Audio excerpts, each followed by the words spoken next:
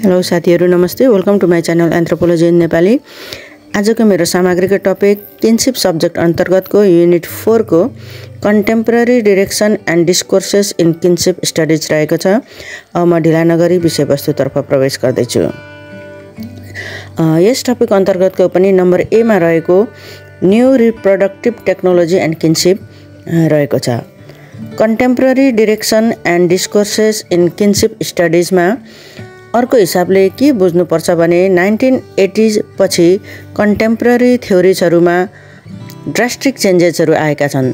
सब्जेक्टिभिटीका कुराहरु आएका छन्, पोस्ट मोडर्निजमका कुराहरु आएका छन्, डिकन्स्ट्रक्सन तथा प्र्याक्टिस थ्योरीका कुराहरु आएका छन्, रिफ्लेक्सिभिटीका कुराहरु, आफूले आफ्नै सोसाइटीलाई हेर्ने एथनोग्राफिक सेन्सबाट पहिले गरिएका स्टडिजहरु कति छन् भन्ने कुराहरु आएका छन्। डेभलपमेन्ट एन्थ्रोपोलोजीमा मार्केटका कुराहरु, विशेष गरी न्यू लिबरल एप्रोचका कुराहरु, स्ट्रक्चरल एडजस्टमेन्ट पछाडि 1980s पछि विश्वमा लिबरलिजमको नारा सशक्त रूपमा आयो। मार्केटले धेरै कुराहरु डिटरमाइन गर्ने कुराहरु छन्। इभन क्लाइमेट चेन्जमा कार्बन ट्रेडका कुराहरु छन्। कार्बन ट्रेडमा क्योटो प्रोटोकलका कुराहरु छन्। क्लाइमेट चेन्ज भएको छ, यसका इस्युजहरुले डिस्क्रिट इफोर्ट्सहरु छरेका छन्। त्यसमा पनि थर्ड वर्ल्ड कन्ट्रीजहरु भल्नरेबल छन्। क्लाइमेट चेन्जको इम्प्याक्ट रियलाइजेसन गरेपछि मात्रै त्यसलाई सल्भ गर्ने मेकानिजम पनि मार्केटले गर्छ भन्ने एप्रोच छ। पहिला विकसित देशहरूले अर्बनाइजेसन र इन्डस्ट्रियलाइजेसन गरे।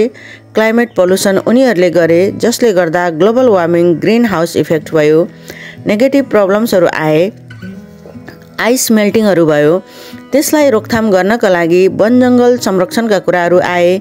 वन जङ्गल मास्नबाट रोक्ने भनेपछि थर्ड वर्ल्डका प्राय जसो राष्ट्रहरूमा धेरै वन जङ्गल भएकाले यस्ता राष्ट्रहरूले आफूले वन जङ्गल जोगाए बापत केही लाभांश दिने व्यवस्था मार्केटले गरेको हुन्छ।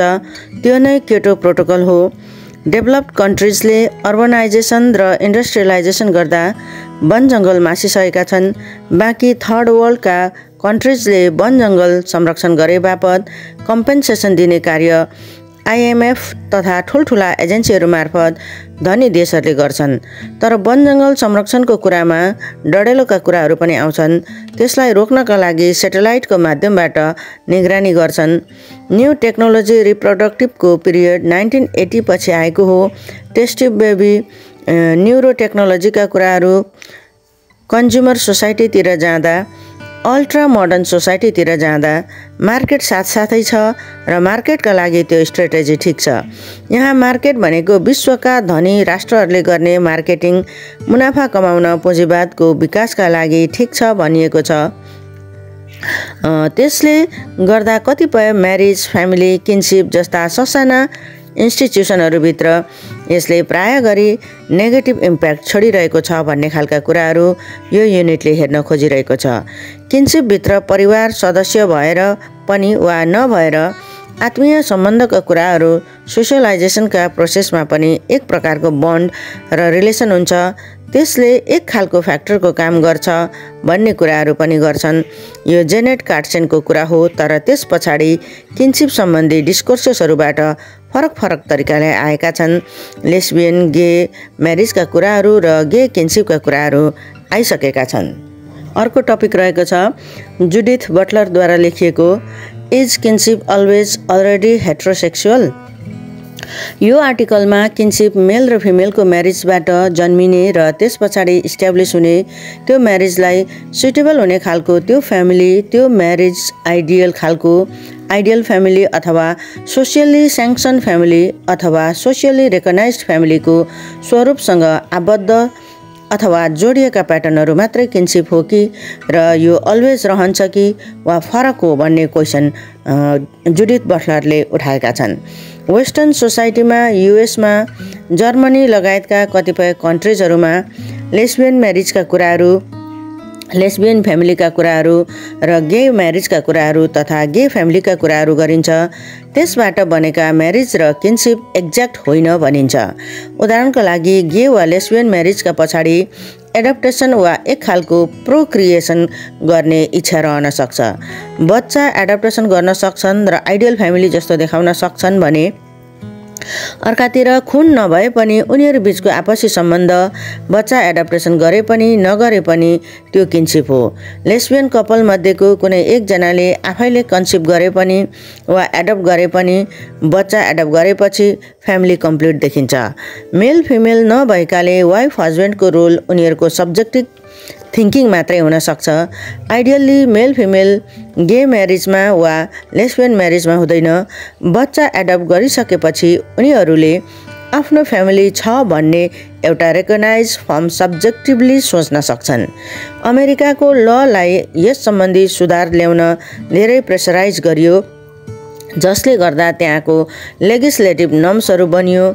त्यो कानुनको परिभाषामा एक हिसाबले बच्चा एडाप्टेसन गर्न पाउने राइट्सका कुराहरू छन्, अर्को हिसाबले उनीहरूको पहिलो शर्त किनसिप नै लले रेकगनाइज गरेको हो। त्यसकारण किनसिप मात्रै एकातिर र म्यारिजलाई अर्कातिर राख्नुपर्छ भन्ने कुरा यहाँ गरिएको छ, किनभने त्यो किनसिपलाई म्यारिजसँग जोडियो भने पुरानै नर्मल किनसिप जस्तो हुन्छ। हेट्रोसेक्सुअल म्यारिजको टाइटल अनुसारको हुन्छ। गे किनसिप लेस्बियन किनसिप चाहिँ होमोसेक्सुअल कन्सेप्टबाट आएको हो।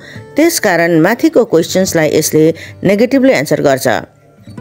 यसले kinship is not always heterosexuality, kinship is just the feeling, just the attachment, kinship is just the reciprocal relationship between individuals respective of any sex or gender भन्ने हुन्छ। यसो भइरहँदा डिस्कम्फर्ट्सहरू पनि छन्। कस्तो डिस्कम्फर्ट्स भन्दा सोसाइटीले हेर्ने कुराहरूमा, सोसाइटीले किनसिपमा मिनिङ राख्ने कुराहरूमा डिस्कम्फर्ट्स छ, किनकि किनसिप भनेको बुवा आमा बच्चा बच्ची अथवा हजुरबा हजुरआमाहरू बिचको सम्बन्ध, मामा फुपू भदै भतिज जस्ता यावत सम्बन्धहरू हुन् जो नरहन सक्छ। दुईजनाको मात्र सम्बन्ध रहन सक्छ। त्यसकारण यो सम्बन्धको क्वेसनमा इस्ट्याब्लिस फ्यामिली नर्म्स मान्ने सोसाइटीले यसलाई किनसिप होइन भन्न सक्छ।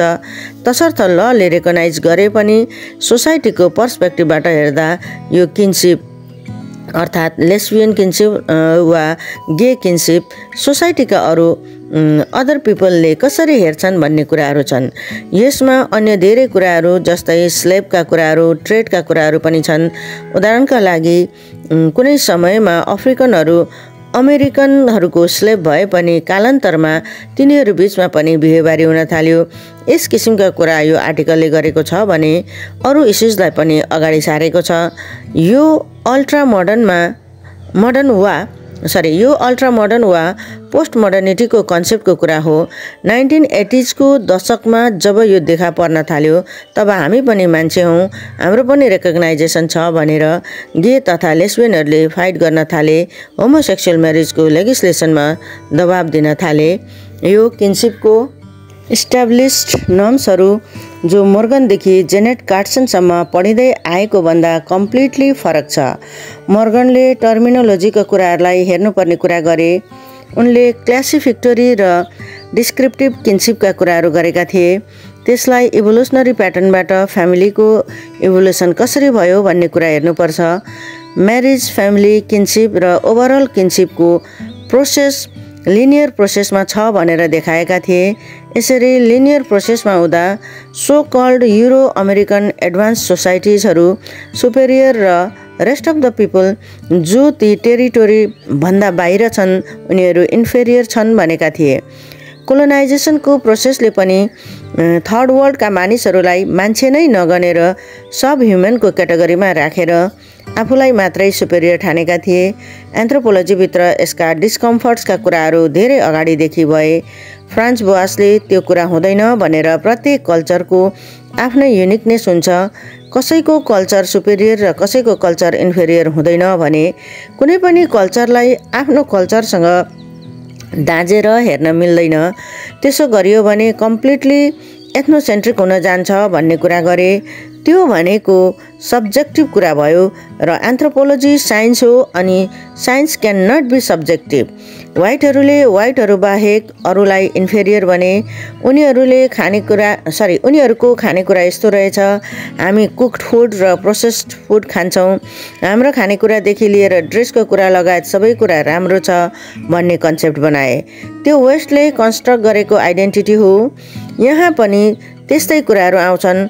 कुनै समय थियो होला जुन बेला व्हाइटहरूले व्हाइटसँग नै बिहे गर्नुपर्छ भन्ने, तर जब स्लेभ ट्रेडको इफोर्ट्सहरू 100 वर्ष वा 200 वर्ष हुँदै जान थाल्यो अनि मान्छेहरू व्हाइट र ब्ल्याकको बिचमा डिफ्रेन्सेस कम हुन थाल्यो र उनीहरूले बिहे गर्न थाले, त्यसलाई पनि उनीहरूले हामी त धेरै लिबरल छौँ, ब्ल्याकसँग पनि बिहे गर्छौँ, ब्ल्याक र व्हाइटको बिचमा डिस्क्रिमिनेट गर्दैनौँ भने, तर उनीहरूको इनर लाइफमा पार्टिसिपेन्ट भएर हेऱ्यौँ भने ब्ल्याकमाथिको डोमिनेसन अहिले पनि पाइन्छ। जस्तै व्हाइट पिपलले ट्राफिक रुल्स सम्बन्धी गरेको क्राइमलाई एक्सक्युज दिन्छन् भने ब्ल्याक पिपलले वा एसियनले त्यही क्राइम गरे भने बढी तनाव दिन्छन्। यसरी व्हाइटले अन्यलाई हेर्ने इन्स्टिट्युसनल दृष्टिकोण फरक छ। पेपरमा वा लमा बराबर भए पनि इम्प्लिमेन्ट गर्ने मेकानिजमभित्र त्यस्तो छैन। उनीहरूले व्हाइट र ब्ल्याक बीच सुपेरियर र इन्फेरियर सम्बन्ध राख्दैनौँ भने पनि बिहे गरेपछिको नस्लको कुरा, कल्चरको कुराहरूको सन्दर्भमा आफ्नो कल्चर त्यो कुराले बिगार्छ भन्ने कन्सेप्टहरू छन्। त्यसकारण त्यस्ता इस्युजलाई नयाँ इस्युजको रूपमा यो युनिटमा हेरिन्छ।